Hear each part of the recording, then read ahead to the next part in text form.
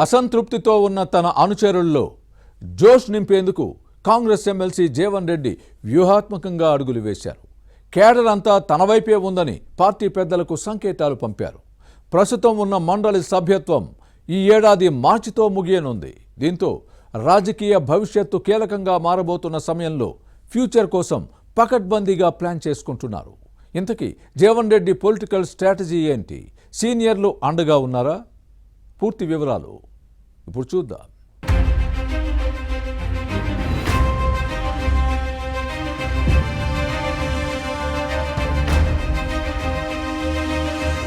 MLC Tatiparthi Jeevan Reddy కరడుగట్టిన Congress వాది. 40 ఏళ్ల సుదీర్ఘ రాజకీయ జీవితంలో ఏనాడు పుట్టినరోజు జరుపుకోలేదు. కనీసం న్యూ ఇయర్ విషెస్ చెప్పడానికి చెప్పించుకోవడానికో పెద్దగా ఇష్టపడరు. అలాంటి నేత తీరులో ఈసారి మార్పు వచ్చింది.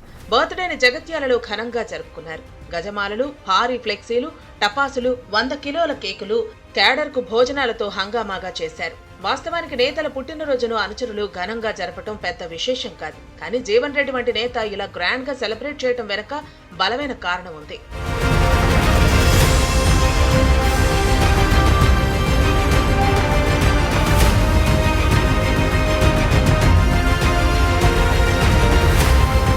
తెలంగాణ ఆవిర్భావం తర్వాత 10 ఏళ్లకు కాంగ్రెస్ అధికారంలోకి వచ్చింది.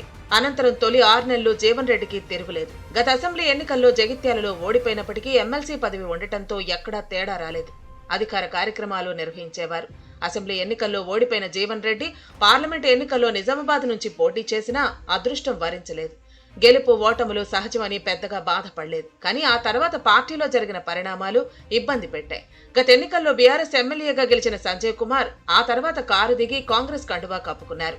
ఈ అనూహ్య పరిణామంతో జీవన్ రెడ్డి కంగు తిన్నారు. ఇది జీవన్ రెడ్డికి మింగుడు పడని వ్యవహారంగా మారింది. గుండెల్లో పెద్ద బండపడినట్టు అయింది.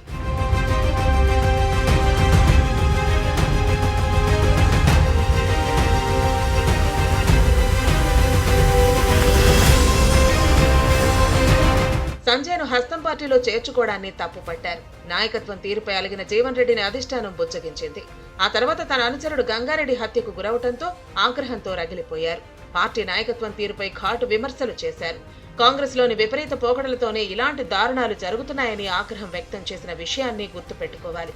పార్టీలో జీవన్ రెడ్డికి పెద్దగా ప్రాధాన్యత లేదని, ప్రభుత్వ సహకారం కరువైందని అనుచరుల్లో అసంతృప్తి ఉంది. ఇదే సమయంలో జీవన్ రెడ్డి ఫాలోవర్స్ లో కొందరు ఎమ్మెల్యే సంజయ్ కుమార్ వెంట నడవటంతో క్యాడర్లోకి రాంగ్ సిగ్నల్స్ వెళ్లాయి.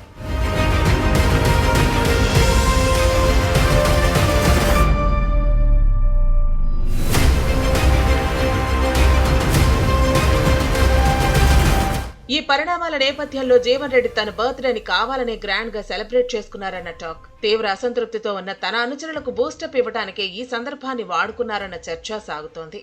ఇదే సమయంలో బీఆర్ఎస్ నుంచి గెలిచిన సంజయ్ కుమార్ కాంగ్రెస్ లో చేరినా క్యాడర్ మాత్రం తనతోనే ఉందని అధిష్టానానికి ఓ సందేశం పంపించారు. 3 దశాబ్దాలుగా జీవన్ రెడ్డిని దగ్గర నుంచి పరిశీలించిన నాయకులు ఎమ్మెల్సీ ఘనంగా పుట్టినరోజు జరుపుకోవడాన్ని చూసి ఆశ్చర్యపోయారు. అభిమానులు, అనుచరులు తన పేరుతో ఫ్లెక్సీలు కడితే గతంలో జీవన్ రెడ్డి వారించేవారు. ఈసారి మాత్రం జగిత్యాల పట్టణం అంతా ఎమ్మెల్సీ ఫ్లెక్సీలతో నింపడం చర్చనీయాంశంగా మారింది.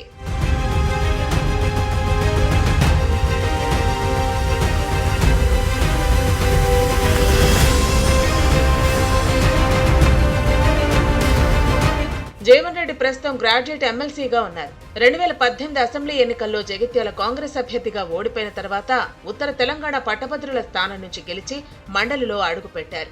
ఈ ఏడాది మార్చి 29తో పదవీ కాలం ముగియనుంది. మళ్లీ పోటీ చేస్తారా లేదా అన్న అంశంపై స్పష్టత లేదు. పార్టీ పోస్టు ఇస్తారా లేక ప్రభుత్వ పదవిలో నియమిస్తారా అన్న అంశంపై ఇంకా క్లారిటీ లేదు. అయితే ఈసారి ఎమ్మెల్యే కోటా నుంచి ఎమ్మెల్సీ ఇచ్చే అవకాశం ఉందని అనుచర వర్గంలో వినిపిస్తోంది. అధిష్టానం నుంచి గ్రీన్ సిగ్నల్ రావడంతోనే ఘనంగా బర్త్డే జరుపుకుని క్యాడర్లో జోష్ నింపారని టాక్. ఏం జరుగుతుందో చూడాలి.